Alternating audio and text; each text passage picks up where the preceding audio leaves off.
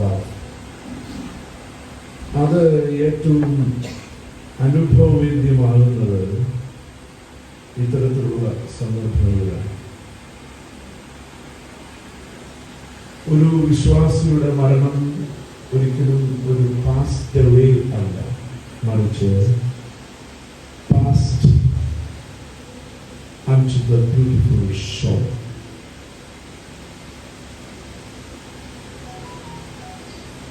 സ്വർഗീയ തുറമുഖത്തേക്കുള്ള യാത്ര past on the heavenly shore.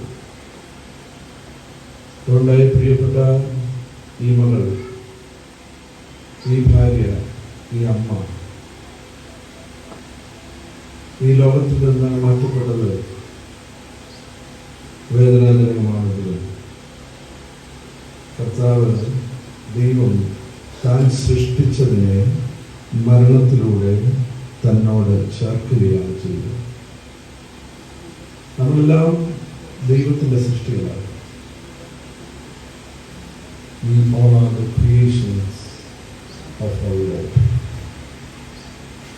ആ ദൈവത്തിൻ്റെ സൃഷ്ടിയായ നമ്മളെ ദൈവം ഈ മരണത്തിലൂടെ തന്നിലേക്ക് ചേർക്കുക ചെയ്തു. അതുകൊണ്ട് ഈ മകളുടെ, ഈ മാതാവിൻ്റെ, ഈ പ്രിയപ്പെട്ടവരുടെ വേർപാട് വേദനാജനകമാണെങ്കിലും ഒരു പ്രത്യാശ നമുക്കുണ്ട്. സങ്കീർത്തനക്കാരൻ 39-ാം സങ്കീർത്തനത്തിൽ പറയുന്നു, Lord, I put my hope in you. കർത്താവേ, എൻ്റെ പ്രത്യാശ നിങ്ങൾ വെച്ചിരിക്കുന്നു. I put my hope in you. അപ്പോൾ നമ്മുടെ പ്രത്യാശ ഈ ദൈവത്തിലാണ് എന്ന് നമുക്ക് കാണാനായിട്ട് സാധിക്കും. പ്രസിദ്ധനായ ടാഗോറിൻ്റെ ഒരു വരികൾ പ്രകാരം, after blooming flowers spring leaves, പൂക്കൾ വിരിയിച്ചതിന് ശേഷം വസന്തം വിടവാങ്ങി. ഈ മകൾ ഒരു പൂവായി, ഒരു പൂന്തോട്ടമായി ഇവിടെ പുഷ്പിച്ചു. ആ 2 കുഞ്ഞുങ്ങളെ ഈ ലോകത്തിന് സമ്മാനമായി നൽകി. പ്രിയപ്പെട്ടവൻ വേർപാടിൻ്റെ ദുഃഖത്തിൽ ഏകനായി. എന്നാൽ ഒരു കാര്യം എപ്പോഴും ഓർക്കണം, ഇവളെ കൈപിടിപ്പിച്ച ഒരു ദൈവമുണ്ട്.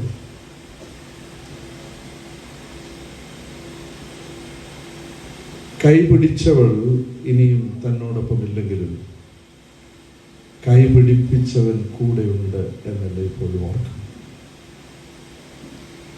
കൈപിടിച്ചവൾ കൂടെയില്ലെങ്കിലും കൈപിടിപ്പിച്ചവൻ കൂടെയുണ്ട്.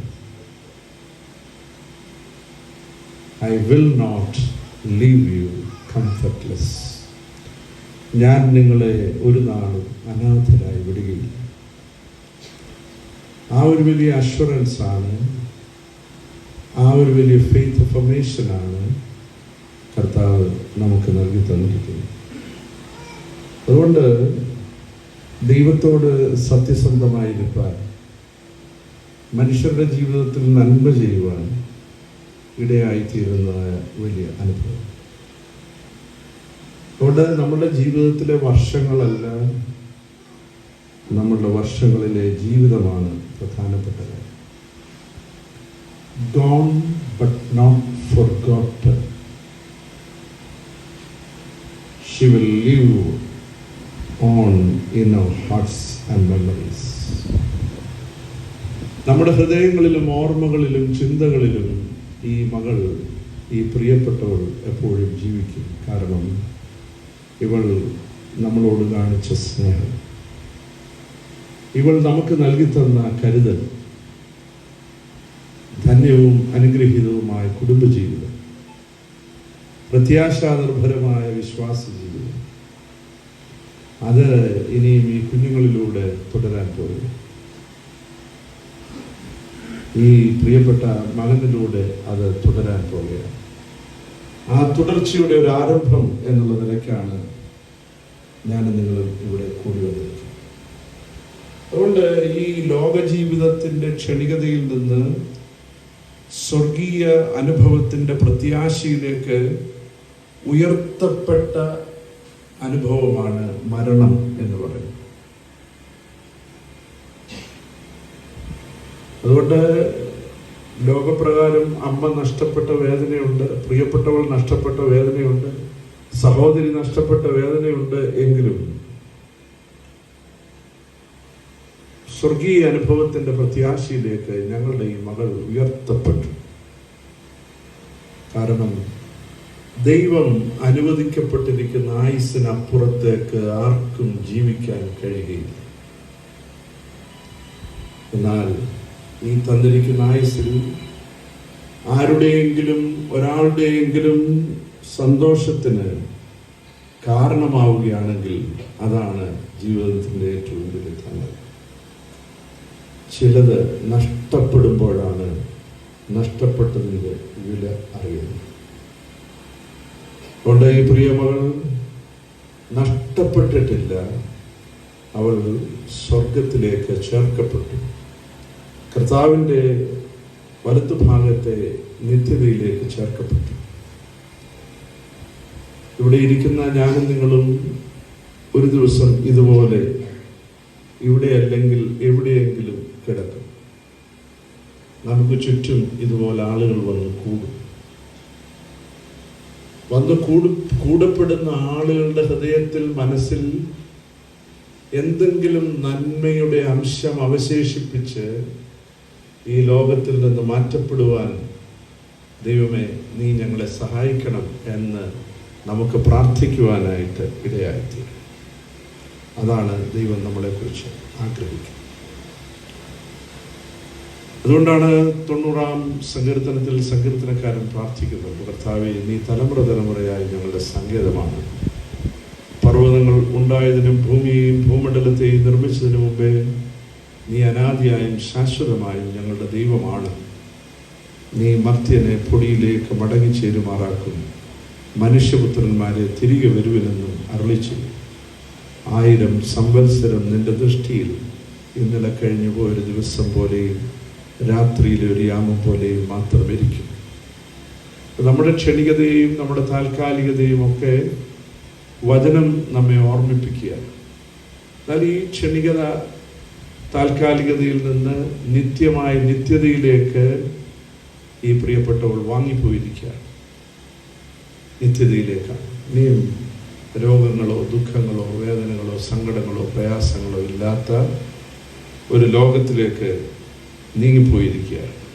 അതുകൊണ്ട് ദൈവം നമ്മുടെയൊക്കെ ജീവിതത്തിൽ നൽകിത്തരുന്നതായ നന്മകളെയും അനുഗ്രഹങ്ങളെയും ഓർത്ത് ദൈവത്തിന് സ്തോത്രം ചെയ്യാനായിട്ട് സാധിക്കും. നമുക്ക് ഓരോരുത്തർക്കും ജീവിതത്തിൽ പൂർത്തീകരിക്കേണ്ടതായ ഓരോ ചുമതലകൾ തന്നാണ് ഈ ആയുസ്സിൽ നമ്മെ ഇവിടെ ആക്കിയിരിക്കുന്നത്. Each one of us has a task to fulfill, and we have been put here in this life. അത് എപ്രകാരം നിർവഹിക്കാനായി സാധിക്കും എന്ന് ഞാനും നിങ്ങളും ശാന്തമായി ചിന്തിക്കും. നമ്മുടെ ആയുഷ്കാലം ഒരു പരീക്ഷണ സമയമാണ്, ഒരു പരിശോധനാ സമയമാണ്. ജീവിതം പരിശോധനകളും പരീക്ഷകളും നിറഞ്ഞതായിരിക്കാം.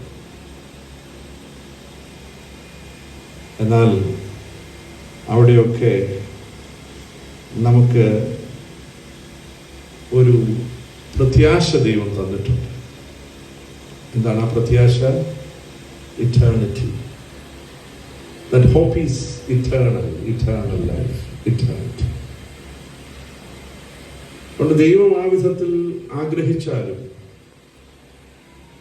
ദൈവത്തോടുള്ള ബന്ധത്തിൽ നമ്മുടെ ജീവിതം ധന്യവും അനുഗ്രഹീതവുമാക്കി തീർക്കുവാനായിട്ട് ഇടയായിത്തീരും. അതുകൊണ്ട് ഈ പ്രിയപ്പെട്ടവരുടെ വേർപാടിൻ്റെ ജീവിതാനുഭവങ്ങളിൽ ദുഃഖിക്കുന്നതിനേക്കാൾ ഉപരിയായി, Lord, we thank you for her life.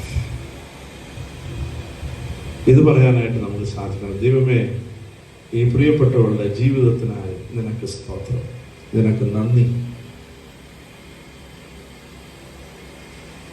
ഈ ചുരുങ്ങിയ കാലം കൊണ്ട് ഇവൾ ഞങ്ങളിൽ ചെലുത്തിയ സ്വാധീനം, ഇൻഫ്ലുവൻസ്, അതിനെയാണല്ലോ ഞങ്ങളിപ്പോൾ സെലിബ്രേറ്റ് ചെയ്യുന്നത്. അതുകൊണ്ട് ഞങ്ങളുടെ ജീവിതവും അപ്രകാരം സെലിബ്രേറ്റ് ചെയ്യപ്പെടേണ്ടതാണ്. അടുത്ത തലമുറ അതിനനുസൃതമായ ജീവിതം നയിക്കാൻ നീ ഞങ്ങളെ സഹായിക്കണം എന്ന് നമുക്ക് പ്രാർത്ഥിക്കാം. അതിന് ദൈവത്തിൻ്റെ പരിശുദ്ധാത്മാവ് നമ്മെ ഓരോരുത്തരെയും സഹായിക്കട്ടെ. നമുക്ക് പ്രാർത്ഥിക്കാം.